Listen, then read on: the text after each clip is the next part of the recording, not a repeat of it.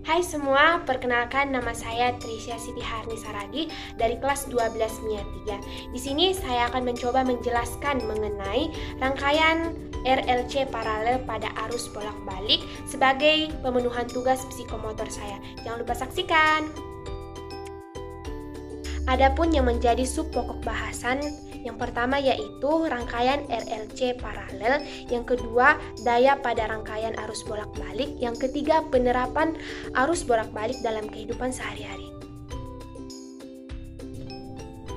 Rangkaian paralel RLC pada tegangan AC di atas, kita dapat melihat dalam rangkaian itu terdapat tegangan yang dilambangkan dengan Vs adalah umumnya untuk ketiga komponen, sedangkan arus yang dilambangkan dengan IS terdiri dari tiga bagian: arus yang melalui resistor yang dilambangkan dengan IR, kemudian arus yang mengalir melalui induktor atau IL, dan arus yang melalui kapasitor yang dilambangkan dengan IC. Besar tegangan pada resistor atau VR, pada induktor VL, dan pada kapasitor atau VC sama besar dengan tegangan atau V. Besar arus total yang melewati rangkaian jika arus yang melalui kapasitor lebih besar daripada arus yang melewati induktor atau rangkaian bersifat kapasitif adalah dirumuskan I kuadrat sama dengan I kuadrat L R tambah IL dikurang IC kuadrat. Maka untuk menghilangkan kuadratnya, I sama dengan akar dari I kuadrat R tambah IL dikurang IC kuadrat. Di sini saya sudah menyediakan yaitu diagram fasor RLC paralel dan RLC seri. Yang pertama kita melihat yaitu RLC pada seri. Untuk diagram fasornya, bisa kita lihat bahwa XL mengarah ke sumbu Y positif dan XC mengarah ke sumbu Y negatif dan R mengarah ke sumbu Y positif. Cara menghafalnya untuk lebih gampang yaitu XL, L berarti untuk langit, langit berarti atas, SC, C berarti cacing, berarti dia bawah yaitu di tanah, R berarti right, berarti kanan. Nah, sekarang diagram fasor untuk RLC paralel. Kita hanya membalikkan dari seri ke paralel. Berarti XL menjadi 1 per XL, XC menjadi 1 per XC, dan R menjadi 1 per R. Di sini saya telah menyediakan yaitu diagram fasor RLC paralel, di mana di sumbu Y positif sudah terdapat 1 per XL, dan di sumbu Y negatif 1 per XC, dan di sumbu X positif 1 per R. Maka yang akan menjadi resultannya yaitu mengarah ke bawah yaitu 1 per XL dikurang 1 per XC. Maka yang akan menjadi resultannya yaitu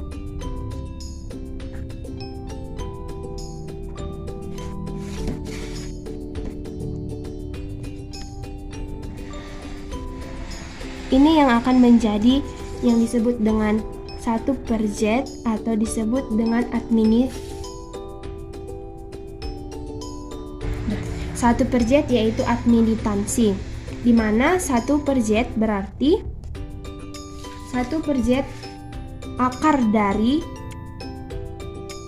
1 per R kuadrat ditambah 1 per XL dikurang 1 per XC kuadrat. Inilah yang menjadi impedansi dari rangkaian RLC paralel.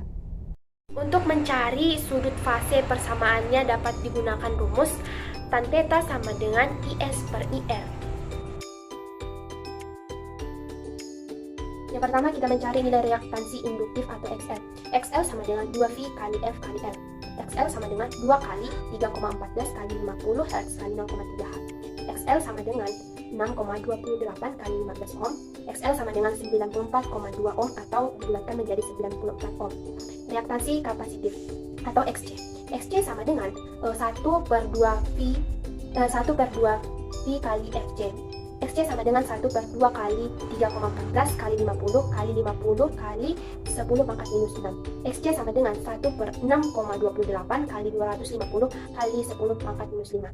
XC sama dengan 10 pangkat 5 per 1005 per 1570. Maka XC sama dengan 63,6 ohm. Maka besar impedansinya yaitu Z sama dengan 1 per R kuadrat tambah 1 per XL dikurang XC kuadrat.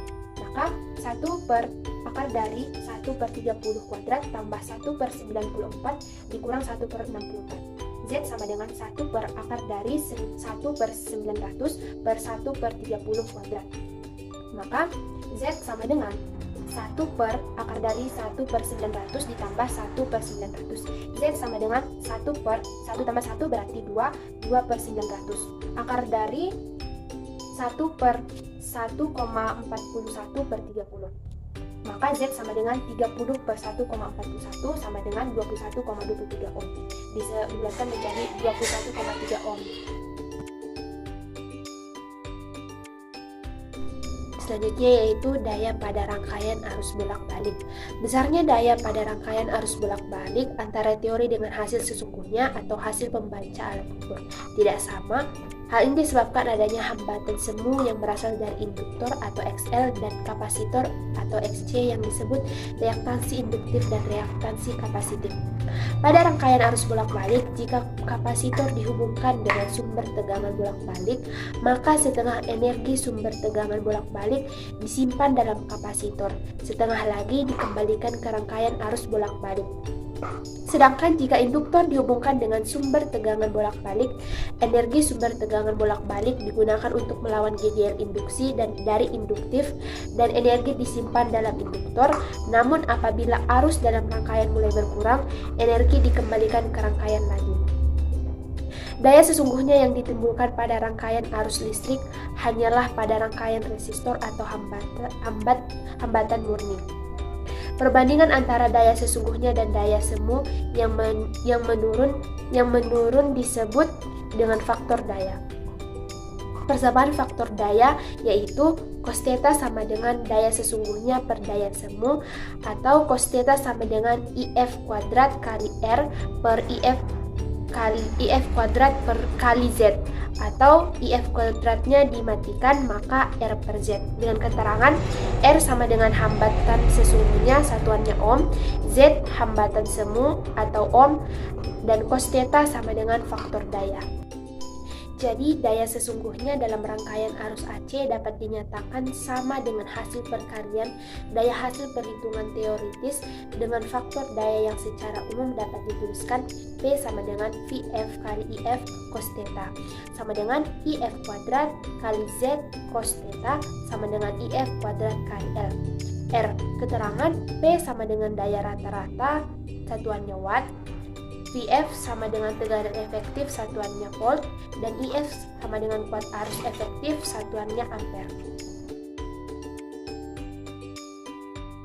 Yang ketiga yaitu penerapan rangkaian arus bolak-balik dalam kehidupan sehari-hari.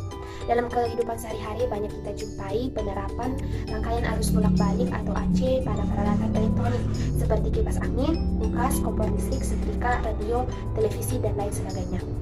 Radio merupakan salah satu alat elektronika yang menggunakan rangkaian RLC dalam pengoperasiannya. Pada saat menyetel radio terjadi peristiwa resonansi.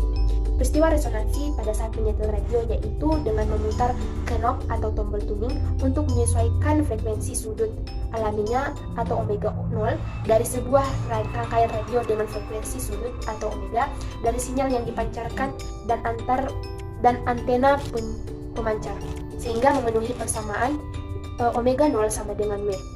Dalam rangkaian sebuah radio, penerima kapasitor dapat berfungsi sebagai pemilih gelombang radio. Suatu nilai kapasitasinya tertentu berhubungan dengan panjang gelombang radio yang diterima radio.